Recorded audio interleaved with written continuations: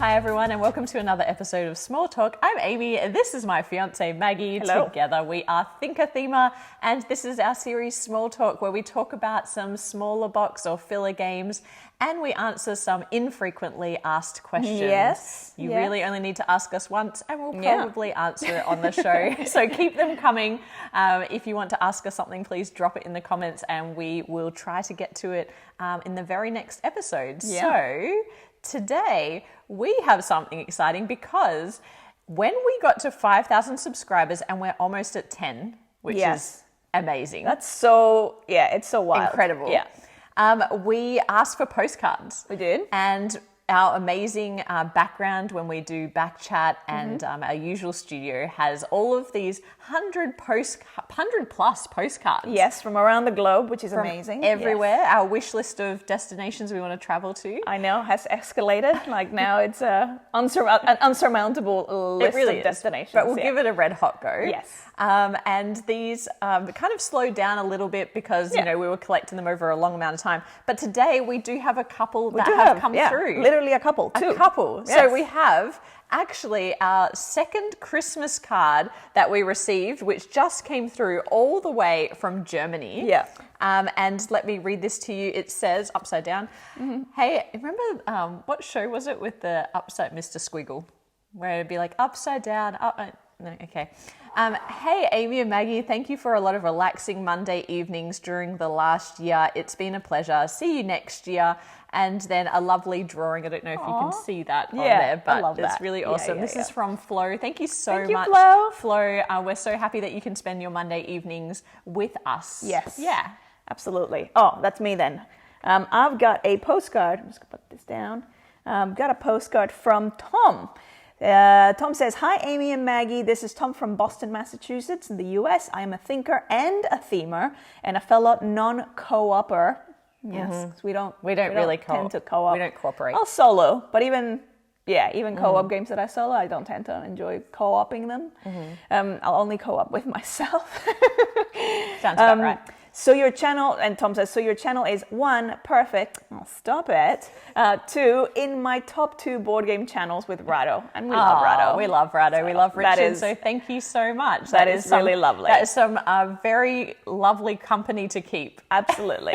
So- Tom also says, I love your authenticity, honesty, openness, and approach to discussing our hobby and the games we love to play. Hugely valuable. And the picture that you see here is the front of the harbor in Rockport, Massachusetts, a place not too far away from the coast where my family and I spend a lot of time in the summer. And fun fact, I love fun facts. Amy's usually like, I'm like, hey, fun fact. And you're like, what now? But I actually, I do love fun facts. I imagine you won't mind this fun fact as much. The Lobster Shack is called Motif Number 1. It's known as the most often painted building in the US. Wow, So, that is a fun fact. See, I like actual fun facts. I don't think my fun facts are that fun. They're just facts. Mostly. They're trivia. Okay, Trivial trivia. 9 times out of 10, it's like, did you know that this song was originally written for somebody else? And then that person didn't want to do it. Trivia. And so this person picked it up and then it was, So that is usually that is one of my common go-tos.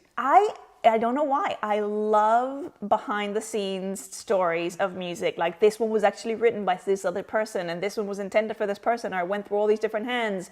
And then, I love that so much. And it's even more fun when the song comes on the radio for the 10th time and Maggie is like, hey, fun fact. I know. You already told me. I know. Anyways, this was an actual fun fact for Amy as well. So thank you, Tom. And a beautiful postcard as well. Now, we received in the mail a mystery package from an anonymous sender. So this is part showing off what we got in the mail, but also a call out to whoever sent us this. Please reveal yourself. And don't take credit if this wasn't you. That's naughty. That is like naughty. 20 people claiming credit. But wait a second. You kind of all sent it to us. So we had a notification that we had a package and we went to check it out. And it was this incredible set. Well, you can talk about it. It's definitely a Maggie present. First, it took me a little while to figure out what it was because it's, I wonder if you will know if I give you, it's almost like a component guess. So there's these. It's like a, what material is this? It's like a resin or acrylic? Yeah. Like an acrylic?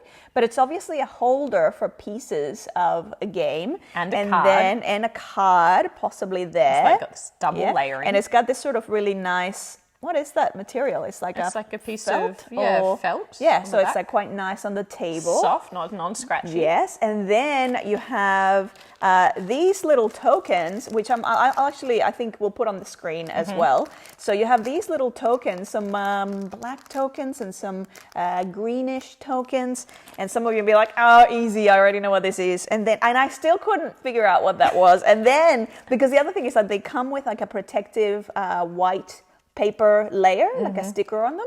And so then it wasn't until I revealed these two little tokens, so one of them has a red heart and the other one has a blue brain, that I was like, I know what this is.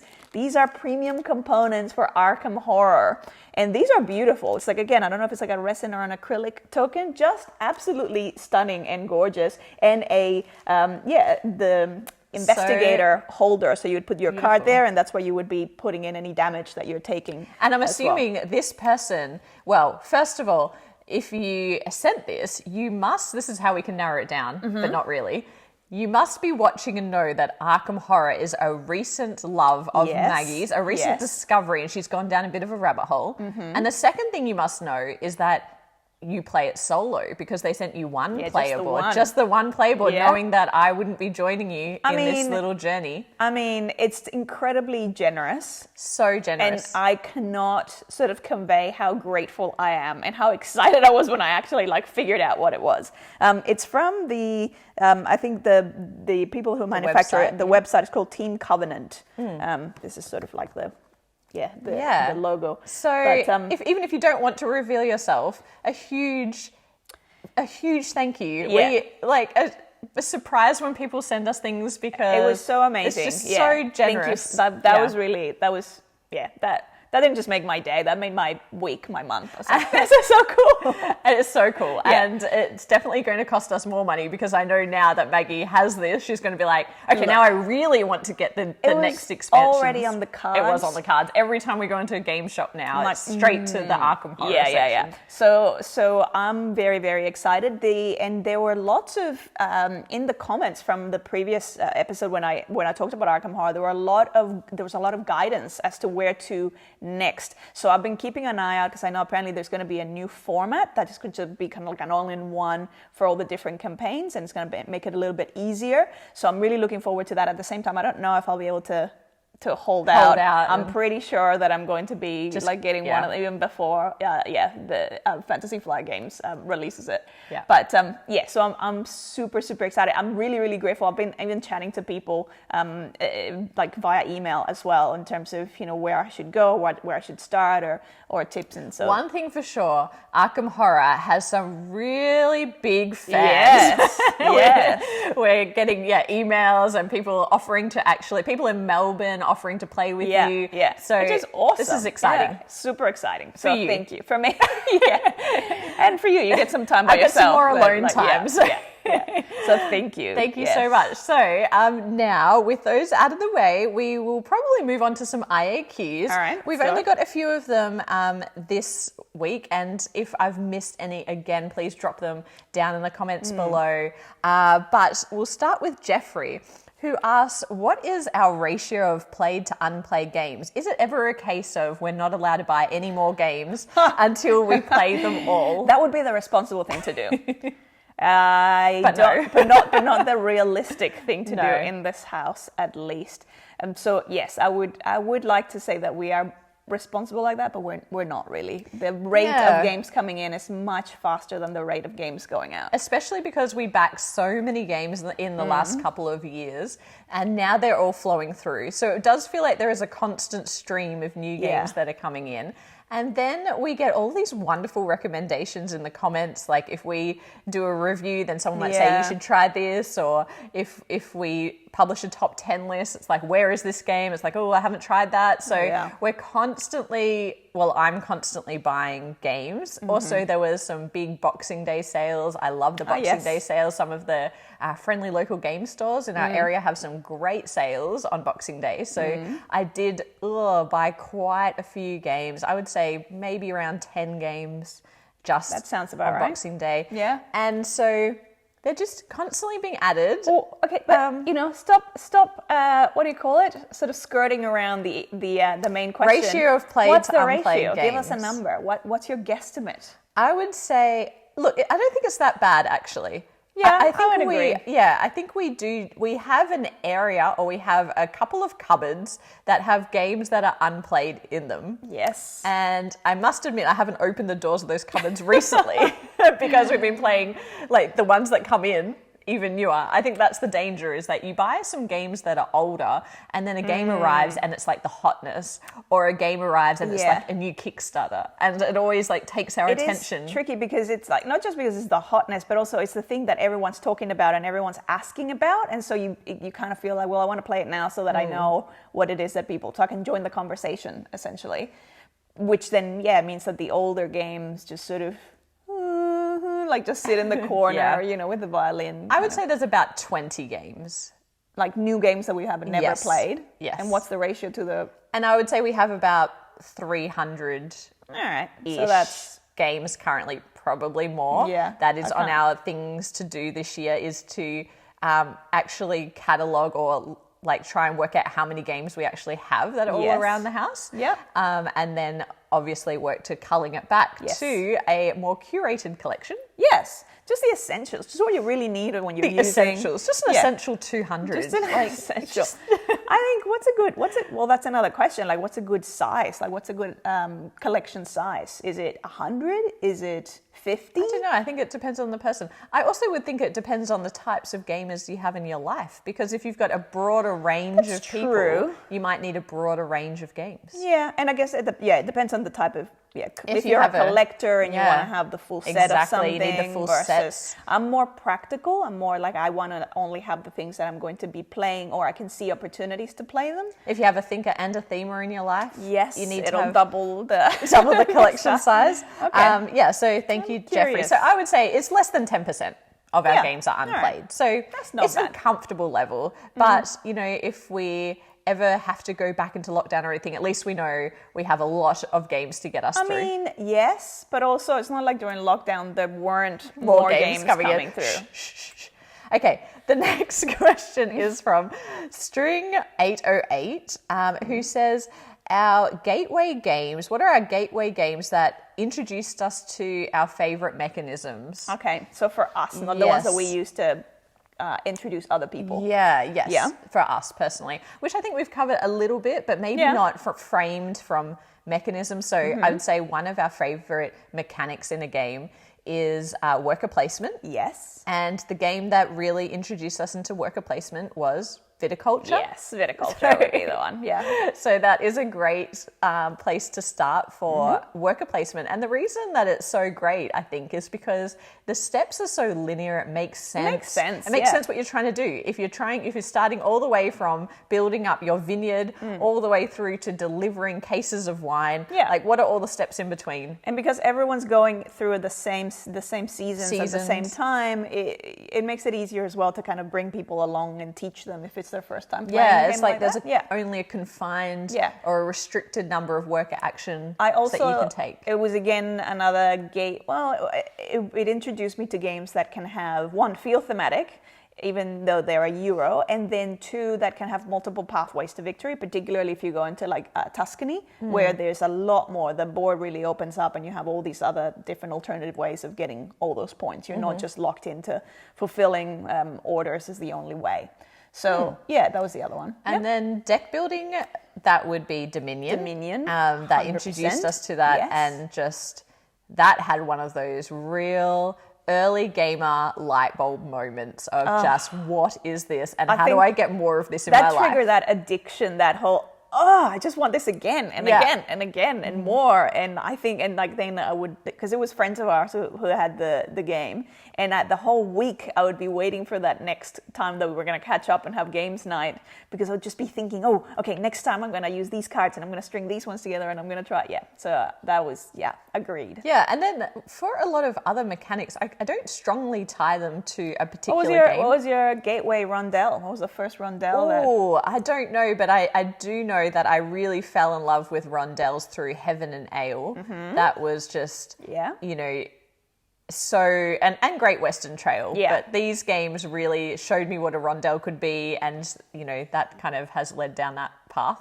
I can't think of the first polyomino tile game we played, and I can't think of the first roll and write that we played. I feel like the first polyomino tile that we would have played would have been actually quite earlier on, and it didn't latch on at that time. I think it might have been, because I was saying patchwork, but you're not really polyominoing. No, I don't know if that was the first one. It was Cottage certainly Garden. early. Yeah. I feel like it might have actually been Feast for Tetris. Odin. It was Tetris. No, but not on a board. Not on a board. But I think it actually might have been a Feast for Odin, because we actually got into Feast for Odin quite earlier on in our, and so that was and that was before a lot of the other, or maybe Cartographers. I don't think that was the first Cartographers, I think, might have been. That definitely wasn't the first. Then Flip and Ride, Welcome to would have been our first Flip and Ride, I think. Maybe. Yeah. Maybe. You're very confident in your no, but then you don't have an alternative. I definitely know that Patchwork was before Feast for Odin, for example. Yes. But I can't quite, the timeline, what is time? I don't know. I feel like I'm just in this journey for board games, and I can't quite piece together the years and things. We started getting into board gaming in a very serious way probably around 2014, 2015. And so I would say that we're fairly new-ish. Like, we've played a lot of games in that time. Yeah. But I still feel like, there are a lot of older games that we probably haven't been introduced to, and that we're still trying to backfill our knowledge of. Oh, absolutely. Yeah. But it's more like which ones got us into it, which one were our gateway. What other mechanics can you think of? Area control? Yeah, hand management. I'm not sure. This is There's really a lot. uninteresting. So It's not. I think it's interesting. No, only because I can't remember anything. Oh gosh. Yes. We need My to get memory you is, some I have a really terrible memory memory booster in of some. general. I'm actually surprised that I can hold as much information about board games in my mind as I can, because in generally speaking, my everyday life, I have a terrible short-term memory and a terrible long-term memory. I have I agree. I also I don't have a great memory for a lot of data and information, and I will shed through it very quickly if it's not relevant and it's not being used, unless it's random things like 90s lyrics that for some reason, I think it was the time where we learned them, is when our brain was at its prime, and it just retained it. And so now 90% of our brain is taken up by 90s music lyrics. Super when a helpful. song comes on and you're like, oh, why do I know every word to this song? This is useless space. So thank you for that question. Sorry we couldn't answer it better than that. Sorry we're so crap at answering that question. Yeah, that was bad. Then 900, actually 900 didn't ask me a question. 900 is a frequent commenter, and thank you for watching. And was actually telling us in the comments last week that they have a tradition called Tiny Tuesday. And on Tiny Tuesday, they play small box games, and they play one game that's new to them and one game that's an old favorite of game. Small box game. I thought that was really cool. Yeah. And we don't have traditions like that, but I wonder if some of the other viewers out there, you do have traditions like that. Do you have a set day where you play at home? Like, even if it's just with your household, is there like a set game day? Or do you have different themes for different days? Wow. Well, that is well, Tiny Tuesday, it's just a small box. Maybe we just borrow that and we kind of mash it up with Taco Tuesday, and it's like Tiny Taco Tuesday. But not tiny tacos. No, but we also have tiny tacos. Just have a lot more of them. But you have to make sure the tacos happen well before any board gaming hits the table, because tacos are messy. Tacos are messy. And then we do a full wash hands, clean up the table, and then we go into the small box games. Or maybe just keep the games and the tacos on different nights. But they're both on the Tuesday. So what are you going to do? Well, I like the idea of Tiny Tuesday. I just wanted to share that. I Work thought that replacement was an awesome Wednesdays. idea. Oh, mechanics, a different mechanic Mechanics every day. Mondays. What else? So Monday, Tuesday, Wednesday. Thursday? Fantasy Fridays? Oh, no. No, yeah. Space Saturdays? No. We're unavailable. We're filming that day. We're filming that day. Sorry, we can't make it. Thank you for that question. It wasn't a question. I was just making that up. This is going to stay with me now. I'm going to try and figure out something for every day of the week. A theme for every day of the week. Yeah. Put it in the comments. What are your suggestions? Yeah. Too bad Arkham Horror, there's no A day. No, but it's like Mystery Monday. Solo Sunday? Yes, Solo Sunday. That's good. Okay. Sky asks, given our love for playmats, Sky asks, given our love for playmats, do we intend to make one as merch? We would love to have one as merch. That. We love playmats. That would be so awesome. And I've actually looked into that like multiple times. Just for us. Even just for us. Yeah, even like as a present for Amy or a present just for us to have in the household. And they're so expensive to make, like to manufacture. Yes, they are quite expensive. They're expensive anyway, but also with merch, we had so many troubles with merch. That was a saga as well. It was such a saga because, everyone is everywhere. And so having someone that can do drop shipping and get merch everywhere, and we don't have to have, a garage full of every size of every item and then send it from Australia, which is the least convenient place to send from. So expensive to ship in the world. Yeah, and then all and so air it was, miles as and well. then of course the places that are big enough to be able to offer those services don't have the kind of cool, interesting products, and especially not gaming related products that we would like. So, but if anybody has any thoughts on where we could get some bespoke gaming products manufactured, please drop it in the comments. Love to hear. Absolutely. We are open to all and any ideas in that regard. So, sorry to disappoint Sky, but hopefully one day. One day. And Jake simply asks, are we based in Sydney and do we regularly game somewhere? No, we're based in Melbourne. We're based in Melbourne, yes. Sydney is a short 1 hour flight away. And we or a 7 hour drive away. 7 hours. Not as short.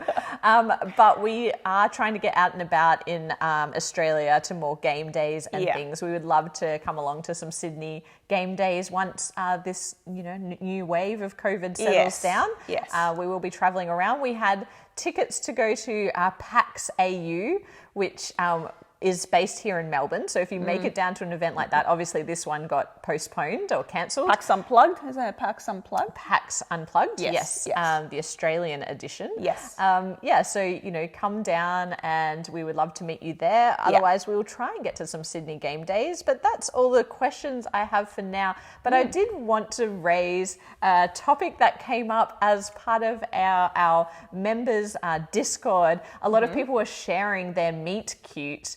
How they met their partner. After our conversation last week about love languages, there was lots of discussion about love languages, but then also people talking about how they met their partner. Yeah. And one of the Joey Fam members, I won't name by name, posted in the Discord and asked us to matchmake for her. And that is and specifically requested a gamer, so a board gamer. Board game loving person. Yes. Please introduce me to the love of my life, and they must also love board games, was the request. Yes. And, well, firstly, I love the idea of matchmaking. Amy is... Yeah, I genuinely think this is your calling, even though I've never actually seen you exercise But this is what I mean. I've never love it so much. I do. I really, really do. And I think it's because I love understanding people. And when certain people have like a vibe about them, or they've their unique quirks, their uniqueness. Yeah, their quirks and the way that they process information. I like to connect the way that people are similar, the ways that people are similar or different to each other. So quirks, compatibilities, or like uniqueness, eccentricity matching. And whether that's like their energy as well, or their hobbies as well. Yeah. All of those different pieces. So in my mind, I love matchmaking. I love TV shows, anything to do with matching people up. Yeah. I absolutely love like First Dates. I love that show so much. I've watched all of the UK edition of that show. And shows like Meet My Yes, the Millionaire Matchmaker, which is full of problems, that show. But I just loved that whole series. Yeah, I think that stopped. Like, I haven't seen any. It hasn't been on for a while. I just remember the screeching in the background. Like, what are you watching now? Yeah, we have digressed. So, in order to help this friend, we have been thinking about how do you actually matchmake in the board gaming hobby, or what would that look like? And one thing I was thinking about was, would it make more sense to match people as opposites attract, have one thinker and one themer? Yeah, this could get awkward, this conversation. Controversial. Or should we have couples that are two thinkers and two themers? Discuss. Yeah. Well, I feel like, again, in matters of love, there's a lot of variables. I don't think it can be that easily distilled down to one thing, because we know that there's going to be pros and cons to either. If you have two thinkers, it may mean that then you have more games in common, potentially. That's right. Potentially. They're always up for the same games. But that's the other thing. Like, you may have thinkers who are into different, like, they have different preferences of gaming styles. That's true. So they both may be appreciating the mechanics, but their tendency or the things that they enjoy are different types of mechanics. So that may not work. And then you have a themer. I think a themer relationship would be really strong. Don't get any ideas. A themer relationship. Imagine all of the cooperative, especially if you're both into like fantasy or dungeon crawlers. Ooh, like, I imagine that would just be like hours and hours of together time. Hours and hours. That of would just be like, and I can sort of imagine the full thematic immersion of like the music and then the setting the scene of like, the set design that you would create around. Yeah, unfortunately, I am lacking in imagination, so Maggie, that's fine. That's not a strength of our relationship. Lucky I'm a big multiplayer solitaire at the best of times, so that's fine. I'm happy to, I'm an only child. I'll entertain myself. That's fine. But I think a thinker-themer relationship, obviously it can work. It'd be awkward if I said it didn't. It's doomed. It's doomed. Doesn't work. Don't recommend. 0 out of 10. I think a themer relationship can work. But I tell you something interesting. Well, not interesting, but if you know our channel, we enjoy different components of games, different aspects of games. Yeah. But I think our taste is very similar. Yeah. So we're kind of on the edge of the thinker-themer side of things. So I still can appreciate a good theme. Maggie still appreciates some good mechanics, and we both like competitive Euros. So our collection is one collection. Okay. It doesn't feel like a mix of games. This is good for matchmaking as well, because you have that whole thing of opposites attract, and you can have like polar opposites that attract, and it's a train wreck because it's just chaos and it's not then sustainable. But then you can also have complementary. So when you're opposites but you're actually complementary, that's good. One of the things that, again, I'm no relationship expert, but one of the things that seems to be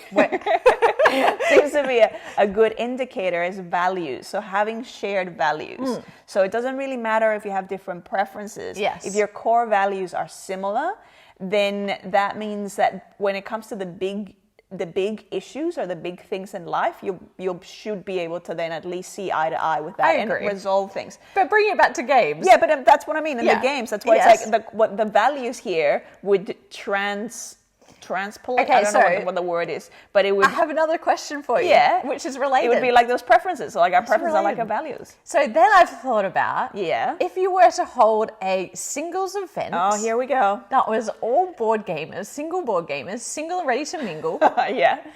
It's like a speed date. Yes, you had speed dating, but there was a short game that you would play in the time that you were chatting to each other. Firstly, it helps to break the ice, because as we all know, we've all made friends, and some of you might have met your significant other playing games. Because it does help break the ice, because you've got something to focus on. Yeah. So it's not as stressful as a social situation with new people. If you're just eating and you're like, exactly, because you're actually doing something. Yeah. So what I was thinking though is, if you were playing with a potential life partner, what would be the red flags that would happen during the game? What would be the red flags? So I have some thoughts. Yeah, what would be your red flags? Well, one red flag would be if the person just lost all interest in talking to me and was just trying to beat me. Oh, not so much beat you. Yeah. I'd just be like, what is this? Well, no, that I could be okay with. But if they were like, imagine if they were really aggressively focused. I just want to take you down. And then just met you. I mean, that would be a pretty big red flag for me. Yeah. Personally. Yeah. Other people might not be bothered, but other people might be like, that sounds really attractive. That sounds hot. I can't relate, but hey, no judgment if that's your thing. If that's your thing. Yeah. What else? Or, I think how they handle losing. So if they just throw a hissy fit and just like get stroppy, and it's just, which is what I would never. Maggie would walk out of the restaurant and be like, well, guess I'm not getting her number.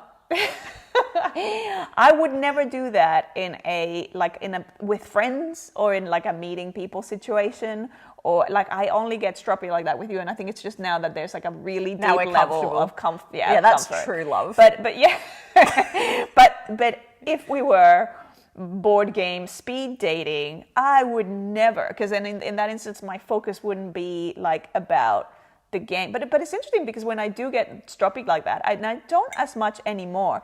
But when I used to, it was because I didn't want to look stupid in front of you. I'm like, I don't want to look like an idiot, because then I'm gonna look like she's gonna be like, why am I even with you? You can't even win this game. Okay, hold on. Deep. No, I have another question about this situation. Yeah. When we first started dating, Maggie and I, we went out for a few dinners, and neither of us ate very much. So that's right. And hold on, Maggie still doesn't eat very much, but I would like order a whole pizza and then I'd eat one slice.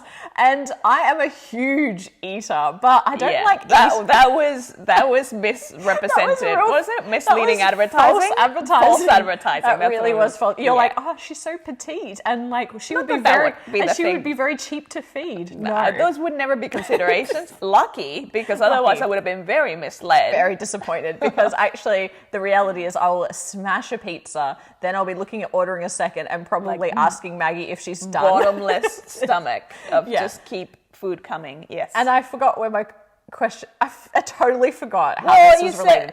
Okay. Yeah. So in a board game, how does this translate in a board game? Would you play less aggressively or like not be willing to win? Like I wonder how that dynamic would translate, because I would be far less competitive. Actually, I'd probably be not very competitive at all, because I'd be so interested in just meeting someone and engaging with them. So many layers here. Actually, how would you get a read on how competitive I am normally? Because I would be all like, putting my best foot forward. Okay. I've got another layer for you. Could you be like, there's a potential layer of being a bit patronizing, or even just judging the person based on the moves that they're making, because it gives you a bit of an indication of how they think. Oh, maybe. Or how good of a match. That would be pretty mean. Well, it's not mean. Like it's just that's why I said patronizing, because it's like you're kind of thinking that you're like, that was a terrible move. Yeah. And whether they say it or not, it's like that is why a would red you flag. do that? Yeah, that is a big red flag of an indication of what that relationship is going to be like. Every decision and choice. Maybe then, what if it was how close your scores are at the end? Does that mean you're more compatible because you're kind of at that same level of true match? Yeah, the intellectualizing. Yeah, you're both like either okay at the game, or you're both really awesome at the game. And does that mean that you're a better match? I do. Maybe you could then match up people based on their scores of a solo game. Look out. Hey, that's not a bad idea. Yeah. I can feel how there might be a lot of problems. There might be a lot of problems in there. Probably. We would need a lot of play testing. This theory would need a lot of testing and ironing out all the So relatedly, we're doing a call out for hundreds of singles in the Melbourne area who like board games. No, we're not. To run a maybe one day. matchmaking experiment. Yeah. Maybe one day. Maybe that's the next show. We'll film the whole thing. We'll film the whole thing. And please don't ask us for relationship advice, but if you have a story about how you and your partner met and it's board game related, even if it's not, I would love to hear it down in the comments. Like, please tell us, did you meet over some crazy board gaming story? I don't know what happened. I thought of one other thing. Yes. I would like to have a list of snacks and ask my opponent to order a snack and see which one they choose, and you would have like these red herring bad choices. I love in that there. you call them opponent, not my date. Not potential date, my opponent, my Amy, my opponent in life. my opponent in life, exactly. My live-in opponent. Yes. And in this menu, they say keep your enemies closer. Yeah. in friends this closer, menu, enemies you could closer. have tacos. Bad choice. That would be a red flag. Red flag. You could have Cheezels, like, tacos, the cheesels or the twisties. Yeah, anything that's really like and then, stain. and then you could high have stain. like, things that are non-greasy, good choices. What is a good choice for a snack for a board gaming? There are very few. Think of anything that is really genuinely board game friendly. Yeah. That is not going to, because even if something's not going to leave like a stain mark, it might leave grease marks. It might That leave. is true. Really dry, unsalted popcorn.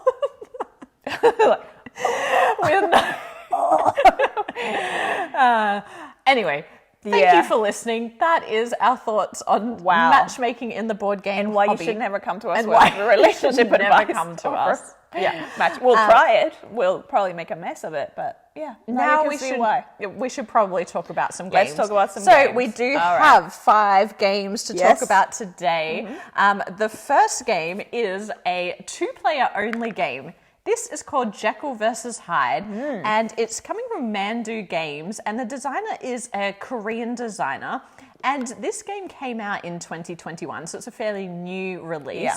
And when we did our top 5 2-player games each, this game came up a little bit in the comments, and some people reached out to us to talk to us about it. So I thought I'd pick it up. And this is a really cool 2-player only trick-taking game. The way that this game works is one of you are representing Dr. Jekyll and the other is Mr. Hyde, that dichotomy of kind of good versus evil.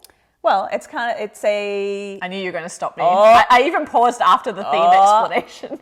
Because I'd always heard of Jekyll and Hyde, and then I sort of went down the rabbit hole of like, what is the book? Like, what's the story? And it's the whole thing is the investigation of what is the mystery of the relationship between these two people.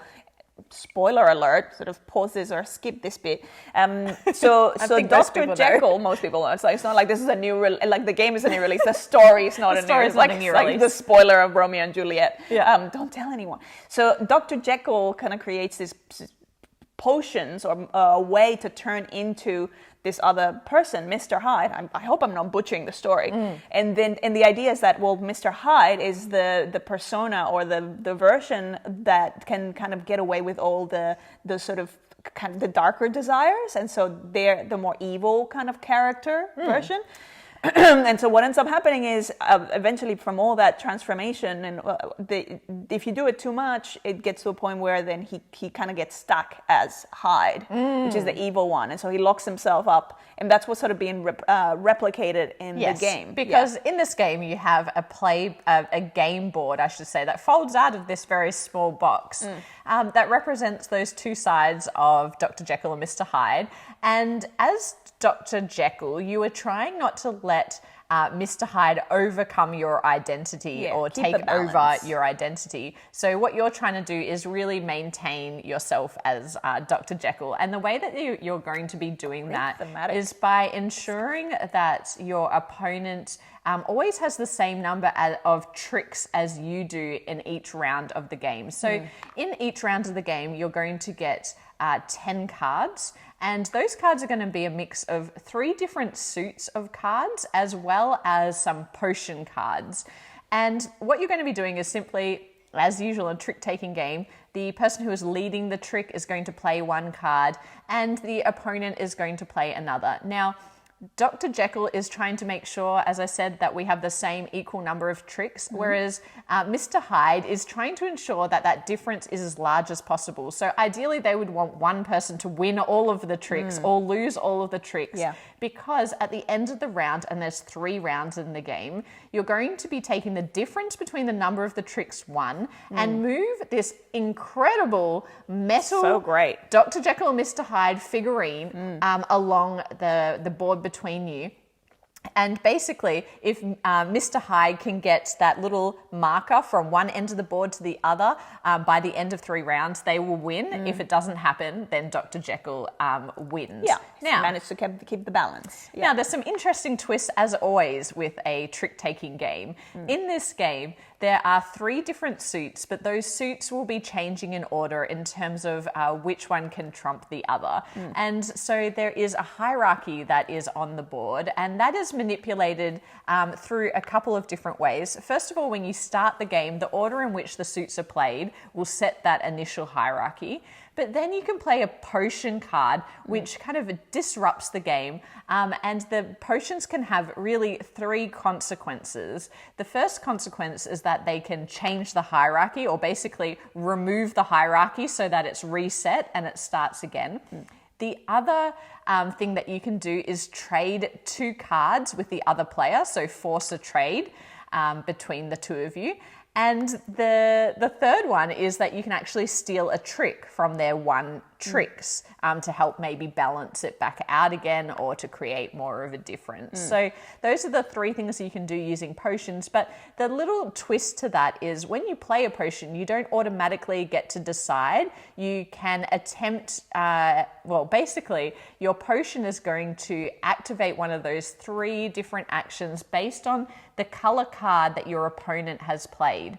So if you play it after your opponent has played, you know that it's going to activate that action. But if you play it first, you have to request a color for them to play. So I would say, Maggie, I'm playing a potion, and you have to play a red card. Yeah. A wrath card thematically, if you will. And Maggie would then, if she has a red card, she has to play one, and then it would activate the associated red action. But if she doesn't have one, she would play another card, which would actually change the action of my potion. Yeah. So I'm trying to make sure that I'm thinking Maggie still has that suit remaining in her hand when I'm requesting the action. But basically that's kind of the game, a summary of the game. I found this super fun, actually. Yeah. I thought it was really good. I really enjoyed trick taking. So I think it was an interesting spin on trick taking. Again, it's cool to have a 2-player trick taking, because usually they tend to be a higher player count. I initially struggled a little bit with the state of flux and the unpredictability because of those tokens and the potions and the things that happen with that. But then the more you play it, the more you start to kind of understand the role that they fit. I kind of kept mentally comparing it with Fox and the Forest, which is the other kind of trick-taking 2-player game. I like them both. I think I really, really enjoyed this game. I think I still like the stability that Fox and the Forest has. I think that the element of that, that flux and all of a sudden, tables are turned. It's fun, but I actually prefer to be able to almost have more. I mean, it's not that it's perfect information, but it's almost like less things thrown into the mix. Yeah. Whereas I like both. I found Fox and the Forest funnier. I find that a really funny game. I don't know why. I think it's because I just can never beat Maggie. In this one, I felt as though the strategy slowly revealed itself, as it does in most trick-taking games. Yeah. It takes you a while to understand the flow of the cards. I find myself, at first I was like, oh, that was a nice experience. Maybe, we'll play it a couple of times and then we'll move it on from our collection because we have Fox in the Forest. But on reflecting on it, I kind of want to play it again. And that is always a sign of a good game, I think. I'm just like thinking about, that was actually really fun and I'd like to play it again. So that is, a great endorsement. If you're looking for a 2-player trick-taking game, check out Jekyll versus Hyde. Yeah. The next game that we're going to be talking about is a game that's going to be coming up for Kickstarter, and it's called Hens. Now, in Hens, we are playing what would you even call it? Like a hens master, a hens keeper, a hens.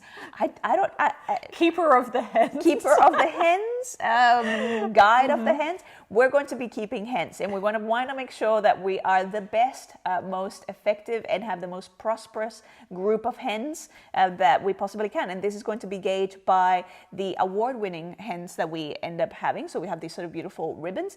The groups of hens that we end up creating they'll be rated by eggs, so almost like their productivity, and how many of them we're going to be able to score. And it's actually it's more of an abstract abstract puzzle. It's very abstract. It's not a hugely thematic game, but it is a really interesting puzzle because what you're going to be doing is basically playing cards down in front of you to create a 3x4 or a 4x3 grid. So either way, you're going to be playing down 12 cards.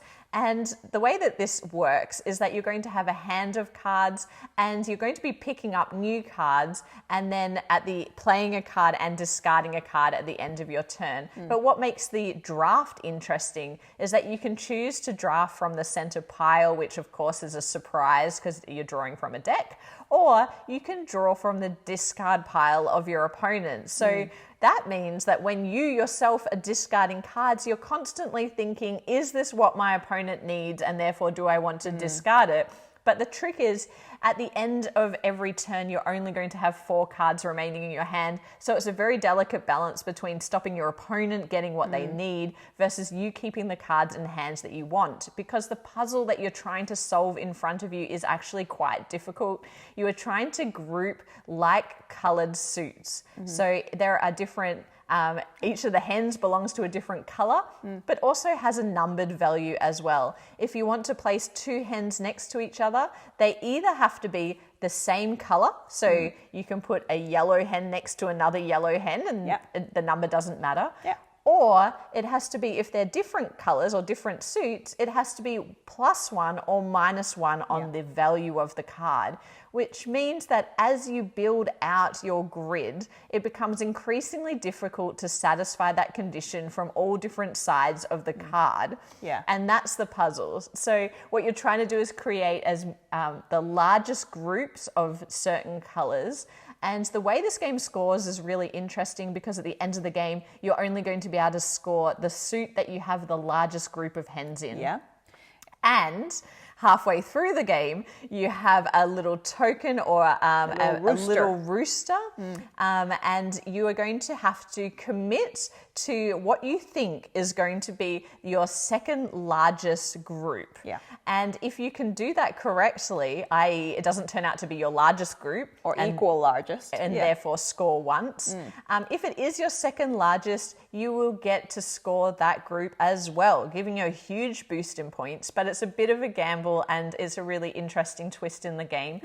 There's also a public scoring card that is available for each game, which creates a bit of variability because there's a goal that if you meet it, there's 2 parts to it, and that's going to give you bonus victory points as well. And at the end of the game, it's really the person with the most points that's going to win. I really enjoyed this puzzle. I thought it was really clever. I really like the fact that you can draw from other people's discard cards. That does add that element of like, it makes you sort of think twice before you discard something. You're like, oh, and then it forces me, because you're pretty good at looking at what other people are doing. I'm very bad at looking at what other people are doing, but it forces me to have a look and go, wait, what's going to help Amy? What's going to help, someone else? And then discern before I discard. And there's a few games that have this similar feel, I think. So if you think about the Whatnot cabinet, the adjacency sort of thing. Or if you think about Calico, or all of these games where you're thinking about what's going to fit in my puzzle and work with the things that are adjacent to it. Village Green is another card game that is quite similar, although I would say Village Green is probably more difficult. This is, I think, more accessible for a broader range of people around the table. It's going to be much easier to teach as well. It's kind of a fast, easy filler. It doesn't overstay its welcome. It says 20 minutes on here, 2 to 4 players. I think it probably took us about 20 minutes. Yeah, 2 players. I actually timed it, and it was probably like 15 to 17 minutes is how long it was taking us. So if you're looking for a little card game, puzzle filler type game with a really cute theme, check out Hens on Kickstarter. I believe it's coming to Kickstarter in January, so keep an eye out for this one. But that is Hens. All right, the next one. I can never say this. And I always, is it Akrotiri. Akrotiri. This game, this is the revised edition of Akrotiri. This game was it's just been on my list forever. And for the longest time. Is it like a Holy Grail list? Holy Grail small box? I've been wanting to try this game for so long. Probably because it's been hard to get. It was out of print for a long time. And even when it came back into print, it sold out pretty quickly in Australia. And so I've been keeping an eye out for this one. And before we filmed our top 2-player games, this was one that was niggling in the back of my mind that, hey, we hadn't had a chance to play this before we made that list. What if it's we part of tried the to list? backfill our knowledge as much as you should see the number of 2-player games we played in such a short amount of time over a few months. Yeah, it's a daunting pile of games. It was, but this was one that came in after we filmed, unfortunately. But yeah, let's talk about the experience of this game. Yeah, so in Akrotiri, we are, the best way that I think I could describe the theme is, I feel like we're enterprising explorers. And so what we're going to be doing is we want to ultimately excavate. Yeah, create, set the most strategically placed excavation sites. And in order to do that, we're going to have to be, helping discover the land, or putting out all these sort of tiles to explore and be able to reach those islands. And then it's also about the strategic placement, is about what elements are to the north, south, east, and west of where this excavation site is going to be. All of this is going to cost, it's going to cost money. And the way that we get money is, as in our travels, we're going to be collecting resources that we can exchange for money. And then we can also exchange for maps that will help us with, what are the coordinates that I'm even looking for to find the perfect excavation site. Yeah, so it is a 2-player only game. And I think the most interesting part about this game is the way that you discover the areas where you can excavate a temple. Because on your player board, you're trying to lift the temples off your player board, because when you do that, you reveal a greater number of actions that you can take. So you can only take 3 actions at the beginning, whereas, the more temples you remove, the more actions you're going to get with each turn. But the way that you find these excavation spots is really interesting. When we are building out the world in front of us with the tiles and a number of different islands, each of those tiles has little icons on it that represent a different color of resource, or a different type of resource if you're thematically minded. And those... Which doesn't... It ends up being different colors. They don't really have any... Those colors are going to be represented on each of your temple goal cards, if you will, because...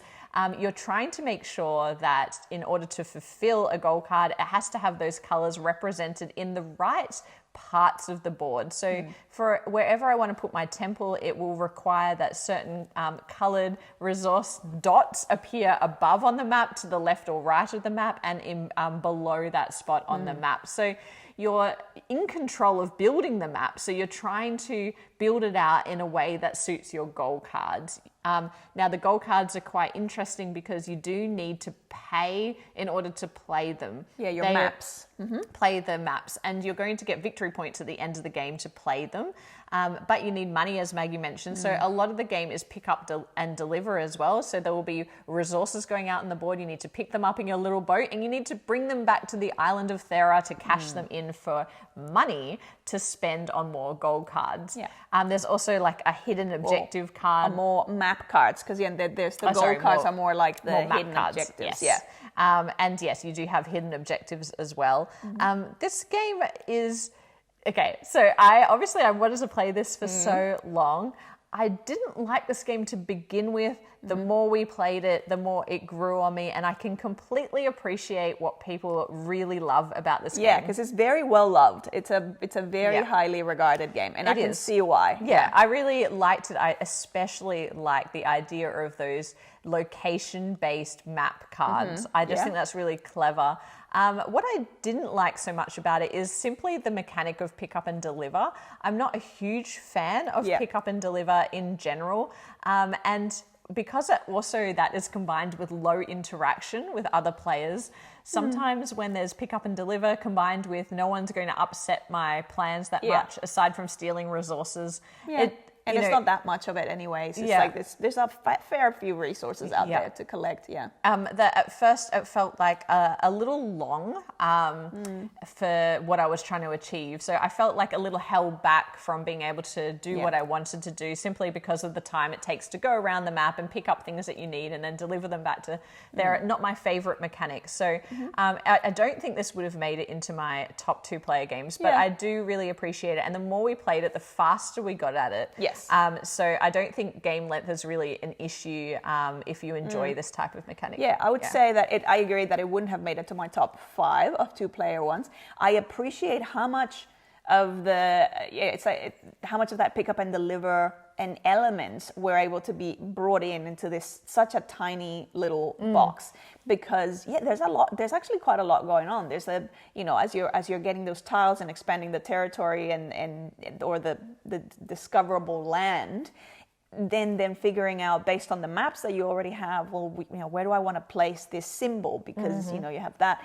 But then the next thing that started to click for me is like, well, but also, sometimes you can end up with a map with an island that you're like, oh, that's a great placement of an island. But then you realize that there's no path to it. There's no way to really get to it. There's no docking port. And so that's another the consideration of well, where are these paths going to link and connect?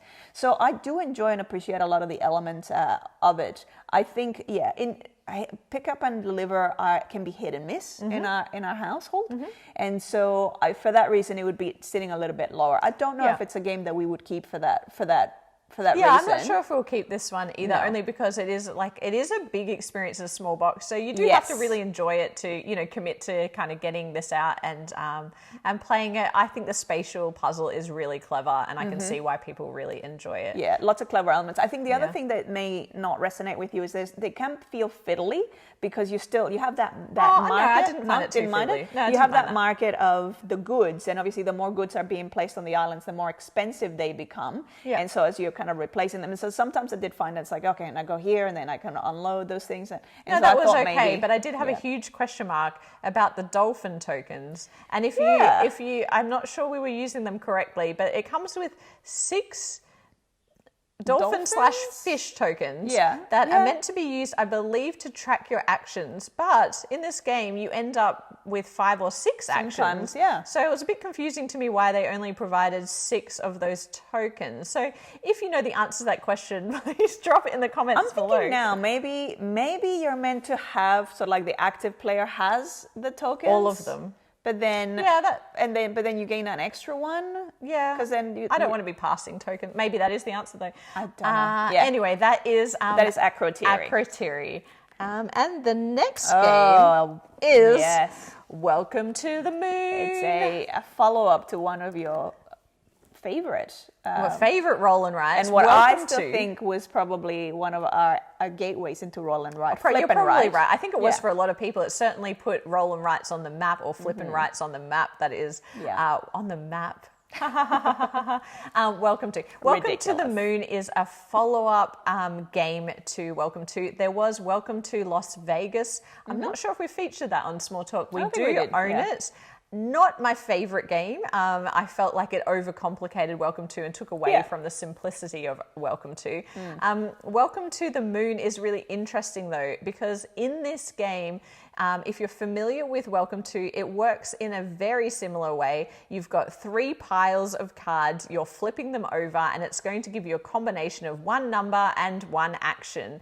However, in Welcome to the Moon, there are 8 different player boards. So instead of just having 1 map, it comes with actually dry erase boards instead of paper, which is fantastic. Because you don't have to worry about running out. And it also comes with dry erase markers, which we found to be very good. They're quite pretty good quality. Little mini ones, which are really cute. And in this game, there is a built-in campaign mode. So you can play out each of the boards with the rule book, which explains how each of the different maps differ. Or you can play through a campaign where you're following a story, and the choices that you make in that story dictate the goal cards. So if you're familiar with Welcome to, there are 3 public objective cards that can be met by anyone. The first person to do so gets more points than everybody else. And the story actually dictates what those goals are and is kind of interwoven with what you're doing in the story. I'm going to straight away say I did not enjoy the campaign mode, but that is no reflection probably of the actual campaign mode. It's just not at all my thing. I'm gonna agree. I like the concept of having a campaign going through it, but because the game itself is quite a little abstract kind of puzzle, I And also, I think it's also because it's space, and space is not one of those themes that we're into. I think I might have gotten into it more if it was a different theme. It's not badly written. It's not badly written. Yeah. I just found that it was, for me, because there's 8 different boards, the boards are really interesting and are great puzzles. I felt like, if anything, the campaign mode was obscuring the rule sets that I needed to learn for each subsequent map. And so I really wanted to just focus on the beauty that is Welcome to, as in the underlying concept of Welcome to, I think, is so cleverly implemented across these different maps. Yeah. So completely different to Welcome to Las Vegas, which felt like a departure from what really worked about the game. This one, I feel, it still has such a strong essence of Welcome to, reskinned. Yeah. A reskinning of what you know and love about Welcome to, as well as adding in additional complications to the puzzle. Yeah, I think that's the bit that I thought, like, at its core, is it a good game? Do we enjoy it? Yes, because it's very much like Welcome to, it's very much like Welcome to. It's the same DNA, and Welcome to is a good game, a very good game. So I think for me, it's like taking a little spin on the same concept. What I enjoyed the most is, as you said, like some of those maps that all of a sudden flipped that concept a little bit and made you think a bit on the side, or made you think, oh, wait a second, like there's one that's almost like Sudoku style, where it's like, not only, obviously it's unique, but then there's also like, it just has to be met from, left to right, top to bottom. And that actually, it adds another layer of complexity. But I love that it was a progression of complexity. So the maps get more and more difficult in order from 1 to 8. And I feel like that is great if you're with a new player or you've never played Welcome to before, because it steps you through. I would say that the first ones were a bit too simple, but as you get into it, it just becomes more and more interesting. And I feel as though if we hadn't have gone down the campaign mode path and we'd gotten into the puzzles more, I would be loving this game more than I am. For me, the campaign actually, because it slowed down and it just created a level of narrative and story I didn't need. For me, that took away from my enjoyment. I wanted to power through the puzzles, and I actually, I'm thinking a lot about the puzzles. I want to get back into it. I want to play them again, but I really want to not deal with the campaign.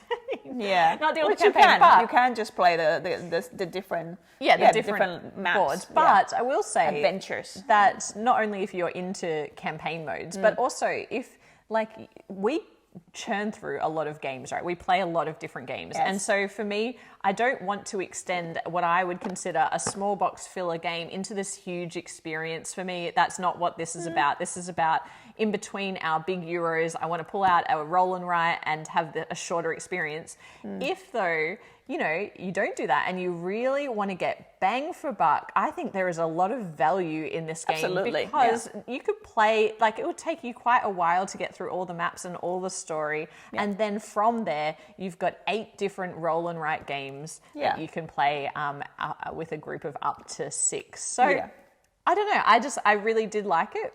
I like what it did with it, like the different directions that it took it. If you still give me the option of playing this versus Welcome to, I still would go back to the classic. Yeah, that is the classic. Go back to the classic. That is the classic. But I do think this has done a much better job of taking that classic and taking it into different directions. Proper giving it new life, new puzzles and new ways of thinking about it and new layers.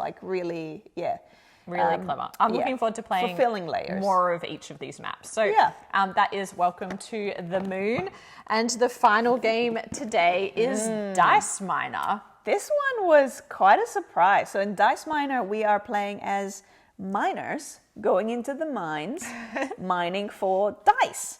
And the winner is going to be the miner who ends up having the most points. Points are going to be based on how good a mining job you did. So a lot of it's going to be based on sequences. So having a good logical day in the mines where you got increasingly better resources, or gems. If you manage to pick up any gems along the way, they're a clear point as well. Or the other thing is going to be there's hazards in the job of being a miner. So there's going to potentially be dragons, as we all know. All miners will face the very real possibility of finding dragons in your mines as you always. go excavating. So there's dragons, and there can be cave-ins, so rubble and things that you have to get through. Those, if you encounter those, they're bad things. But if you're prepared, they actually flip on their head and they're good things. So if you've got rubble, but you're coming in with the right equipment, then you actually can turn that into a positive. Same if you come in shielded, you turn that into a positive. The bit that I love, I feel like you've buried the lead. Yeah, well, what happens at the end of every single day?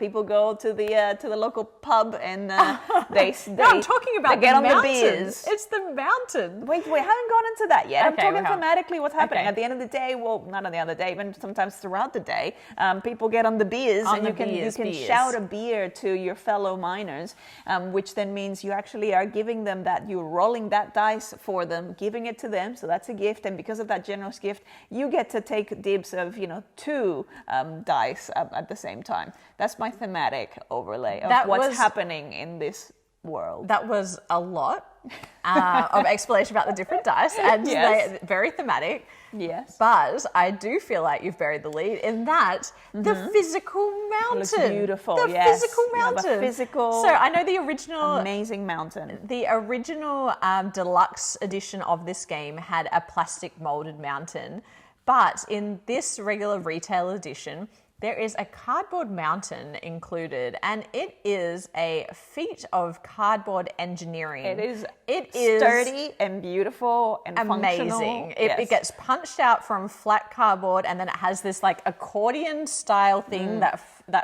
goes into the mountain and then is clipped in with another piece of cardboard. It holds all the dice. Wonderful. That in and of itself, amazing. Worth the money. No. Luckily, the game is also really great.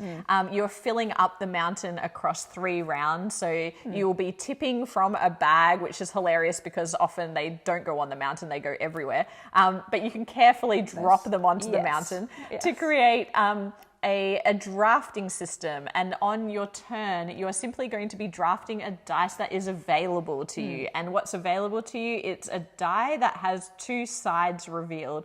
So at the start of the game you can only take die from the top of the mountain, a die from the top of the mountain, because it's revealed, and as you work your way down you'll be able to get access to the die that lie underneath. So as if we're mining top down. Do we mine top down? I don't actually I don't think so. They so? probably I don't know. Anyway, but as Maggie mentioned, that if you do draft I guess if it's a volcano, which I don't think you would want to mine a volcano.